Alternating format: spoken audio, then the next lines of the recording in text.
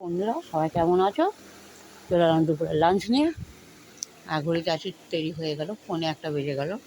দাদাভাই খেতে দিতে যাবে, দেখো আগে ভাতটা দিয়ে দিই।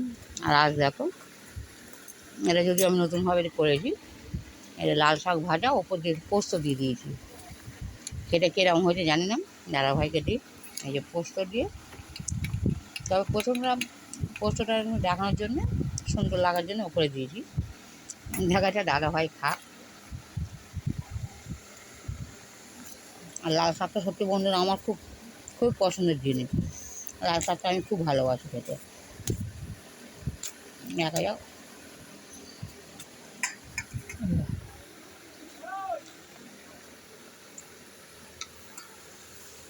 হ্যাঁ, ভালো হয়েছে। এই লাল পোস্ত গেল, যখন খাওয়া হয়ে গেল। আর দেখো কী করেছি, ডিমের ঝাল। ডিম ভেজে, 2 পিস ডিম আছে আমাদের দুজনের, 2 পিস ডিম। এই দেখো, এই 2 পিস ডিম দাদাভাইকে একটু খেয়ে দিয়েছি।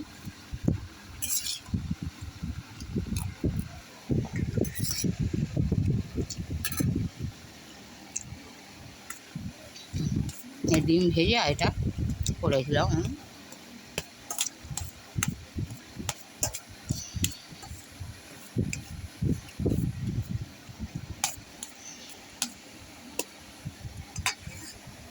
এরকম হচ্ছে, দাদাভাই খেয়ে দেখো কেমন। দেখে তো খারাপ লাগছে না, ভালোই লাগছে। কেমন হয়েছে? হ্যাঁ, ঠিক আছে।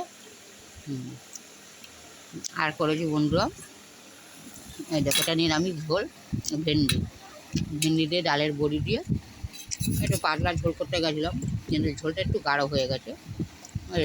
ডালের বড়ি দিয়ে টমেটো ফমেটো দিয়ে একটু সামান্য ঝোল করেছিলাম, যে একটু পাতলা ঝোল খাবো। তা ঝোলটা রেখেছিলাম, কিন্তু ঝোলটা অনেকটা টেনে নিয়েছে বড়ির জন্য হয়তো। আর আমার ননদ একটু আজকে পাঠিয়েছে মুরগির মাংস আলু দিয়ে। এই দেখতে পাচ্ছ, মুরগির মাংস করেছে আলু দিয়ে। যাক, এটা দেবো না, এটা রাতে খাবে কোন। এবার আজ ওই ভেন্ডি ঝোল দিয়ে খেয়ে নিই। আবার খাওয়া হয়ে গেলো, এবারে ভেন্ডির ঝোলটা দিয়ে দিই। এরকম হালকা পাতলা ভেন্ডির ঝোল করেছি। আজকে তো আমি একটু মানে গুঁড়ো লঙ্কা ব্যবহার করিনি, কাঁচা লঙ্কা দিয়ে এটা তৈরি করেছি। দাদাভাই খেয়ে নিই। আর একটা জিনিসে আছে যে তোমাদের সাথে দেখাচ্ছি তোমাদের।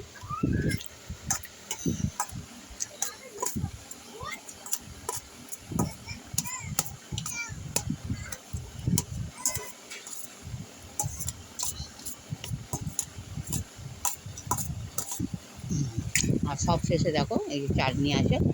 এটা যদি আজকে করা না, ওটা আমার 2-3 দিন আগের চাটনি। আমি অন্টেকারে করে রেখে দিয়েছিলাম কোটোতে করে। এতে কাজু কাজু তো নেই, একটু খেজুর আর টমেটো দিয়ে চাটনিটা করেছিলাম।